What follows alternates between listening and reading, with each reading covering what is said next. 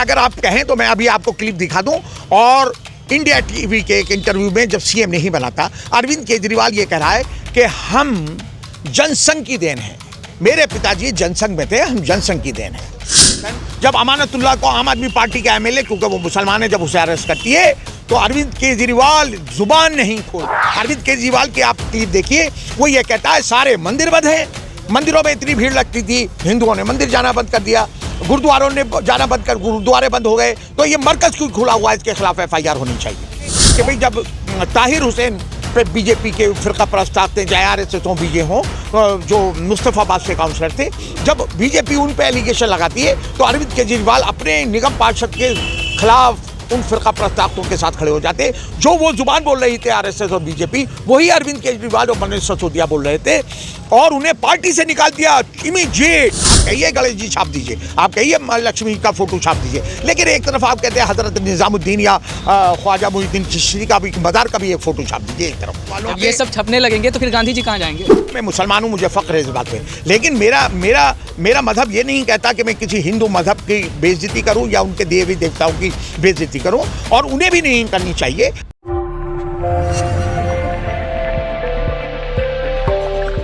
दिल्ली में MCD चुनाव की तैयारी जोरों शोर से चल रही है। इस बार हमारे साथ अभी मौजूद है आसिफ खान साहब, पूर्व विधायक। और आपकी जानकारी के लिए मैं बता दूं कि 2017 में कांग्रेस तीसरे नंबर की पार्टी थी। इस बार क्या कुछ करिश्मा कर पाएगी MCD चुनाव में, वो हम आपसे जानना चाहते हैं। देखिए, इंशाल्लाह बेहतर नतीजे आएंगे, क्योंकि लोग अब ये बात सोचने पर मजबूर हैं कि इस मुल्क की जो को कहा जाता है, जो जिसे गंगा जमनी तहजीब या इस मुल्क का जो कल्चर रहा है, उसको बरकरार रखने के लिए कहीं ना कहीं लोग अब ये महसूस कर रहे हैं कि कांग्रेस की ज़रूरत है। इन सब मुद्दे पे होते हैं जिन बातों का चर्चा आप कर रहे हैं। नहीं, देखिए, कभी कभी नहीं होते हैं और कभी कभी होते हैं। और आप ही ताज़ा मिसाल श्रीलंका की है। वहाँ के जो प्राइम मिनिस्टर थे वो सिंघली बिरादरी से थे। उन्होंने पहले तमिलों से लड़ाकर 10-15 साल वहाँ से प्राइम मिनिस्टर रहे। जब उनको ख़त्म कर दिया तो उसके बाद जो है उन्होंने मुसलमानों को पिटवाया और 10-15-25 साल कम से कम प्राइम मिनिस्टर इसी बात के लिए रहे, लोगों को लड़ा कर। लेकिन एक टाइम ऐसा आया, अभी आपने देखा होगा पिछले 4 महीने पहले कि तीनों ने मिलकर, तमिलों ने, मुसलमानों ने, सिंघलियों ने, तीनों ने मिलकर उन लोगों को पीटा है, उनको प्राइम मिनिस्टर हाउस से खदेड़ा है। तो कभी कभी ऐसे भी जब लोग आजिज़ आ जाते हैं या पहले राउंड में लोग बहकावे में आ जाते हैं, क्योंकि मजहबी जो नशा है वो अलग एक नशा होता है, जब उस अफीम से भी ज़्यादा भयंकर वो नशा होता है। लेकिन कभी कभी लोग ये बात भी सोचने पे मजबूर होते हैं कि भाई रोजी रोटी, कारोबार, बिजनेस, अपने मुल्क की में शांति बनाए रखना, एक अच्छा माहौल पैदा करने की भी बहुत सख्त ज़रूरत है। MCD चुनाव में एक मुद्दा क्या होगा इस बार? देखिए, अभी हमारे यहाँ जो मुद्दे हैं वहाँ हम देखिए बेसिकली ओखला का निज़ाम सब दरहम बरहम हो गया, जिसे जामिया नगर कहते हैं। जहाँ पूरे हिंदुस्तान से पढ़ा लिखा मुसलमान इसलिए यहाँ आया था कि जामिया मिल्लिया यूनिवर्सिटी जैसी यहाँ पर इस असेंबली कॉन्स्टिट्यूंसी के बीच में कि हम अपने बच्चों को पढ़ाएंगे लिखाएंगे, चाहे वो लेबर क्लास थे, चाहे वो जिन किसान थे, लेकिन सब लोगों ने, क्योंकि आप बच्चों को पढ़ाने, तालीम देने की सब कोशिश करते हैं, तो सोचा कि जाएंगे, अच्छा माहौल मिलेगा, अच्छी एजुकेशन मिलेगी। इस तरह के लोग यहाँ कर बसे थे। आज यहाँ पे एक अफरा तफरी का माहौल पैदा हो गया है और उसमें कहीं ना कहीं पैदा करने में यहाँ के मुकामी नुमाइंदे भी हैं। मैं काउंसलर भी रहा, मैं MLA भी रहा, 2 बार काउंसलर रहा, 2 बार MLA रहा। शायद किसी को याद हो कि उस अरसे में कोई मर्डर हुआ हो, लेकिन जब से आप आम आदमी पार्टी के विधायक और आम आदमी पार्टी के यहाँ पर निगम पार्षद आए, तकरीबन 22 मर्डर 6 या 7 साल के अंदर इस जामिया नगर थाने में। अभी पिछले 1 महीने में 2 मर्डर जामिया नगर थाने के अंदर, 10 या 15 दिन के अंदर 2 मर्डर हुए। एक अफरा तफरी का, किनकी कमी दिखती है? देखिए, ये मसला क्या है कि जब कोई कारोबार बुरा नहीं है, बिल्डर का काम करना कोई बुरा नहीं है, जब नुमाइंदे ये काम करने लगें और नुमाइंदे आप बिल्डरों को अपना नुमाइंदा चुन लें, जो अनऑथराइज कंस्ट्रक्शन करते हैं, डिस्प्यूटेड प्लॉट खरीदते हैं, जिनका मकसद ही सिर्फ पैसा कमाना है। आज ओखला का सबसे बड़ा बिल्डर यहाँ का निगम पार्षद वाजिद, वो कैसे पुलिस से लड़ सकता है, कैसे एडमिनिस्ट्रेशन से आपकी दबंगई से बात कह सकता है? क्योंकि उसे ये डर रहता है कि मैं अनऑथराइज कंस्ट्रक्शन करता हूँ, झगड़े के प्लॉट खरीदता हूँ और झगड़े के फ्लैट खरीदता हूँ। अगर मैं पुलिस से झगड़ा करूँगा, एडमिनिस्ट्रेशन से मैं लड़ाई लड़ूंगा जनता की, तो मेरे काम में दखल अंदाजी करेगी। इसलिए पूरे निज़ाम बिगड़ गया। आप ये देखिए कि यहाँ जिसको 8 नंबर कहते हैं अबुल फजल, उधर अल शिफा हॉस्पिटल के सामने 100 200 ट्रक एक साथ गार्बेज पड़ा रहता है, कचरे का ढेर।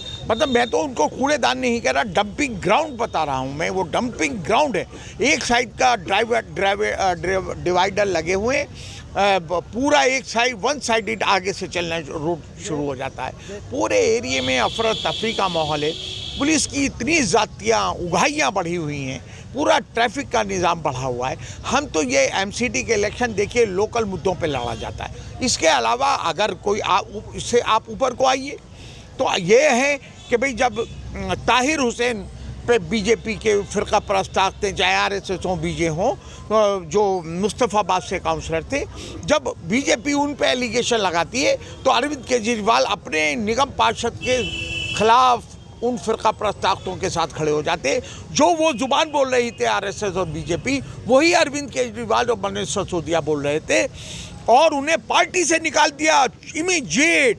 उसके बाद आप देखिए कि सत्येंद्र जैन आज कितने महीने से तिहाड़ जेल में बंद है और उसकी मिनिस्ट्री शिप भी नहीं हटाई है।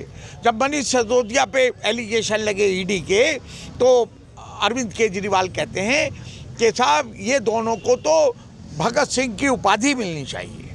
वो तो कह रहे हैं बीजेपी जानबूझ के परेशान कर रही है। हाँ, लेकिन जब अमानतुल्लाह अरेस्ट होता है, उनका एमपी एमएलए, हम अमानतुल्लाह को क्लीन चिट नहीं दे रहे ना, उसको हम कोई एलिगेशन लगा रहे। जब ईडी या एंटी करप्शन जब अमानतुल्लाह को आम आदमी पार्टी का एमएलए, क्योंकि वो मुसलमान है, जब उसे अरेस्ट करती है तो अरविंद केजरीवाल जुबान नहीं खोल। कहना क्या चाहते हैं कि आम आदमी पार्टी मुस्लिम विरोधी है? ये कहना चाहता हूँ कि जब वोट का इलेक्शन आए, देखिए मेरे कहने से काम नहीं चल रहा। मरकज़ का मामला आया, आपको याद होगा, देखिए एक बला थी जिसे जो वो आई था, कोरोना आया था, वो एक महामारी थी। महामारी ये नहीं देखती कि कौन बिरादरी है, कौन मजहब में यकीन रखने वाले। अरविंद केजरीवाल की आप प्रेस कॉन्फ्रेंसेस देखिए, उसने 2 लिस्टें हाथ में पकड़ रखी हैं। बात से उसको ये कहना चाहिए था, रोज़ ब्रीफ करता था वो प्रेस कॉन्फ्रेंस करके कि दिल्ली में कितने कोरोना केसेस हुए।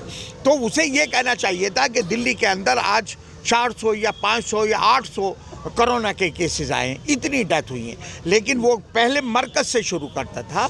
वो कहता था कि निज़ामुद्दीन मरकज़ में 447 कोरोना के केस, और दिल्ली के पूरे दिल्ली के अंदर 1000 या 900 कोरोना के केस।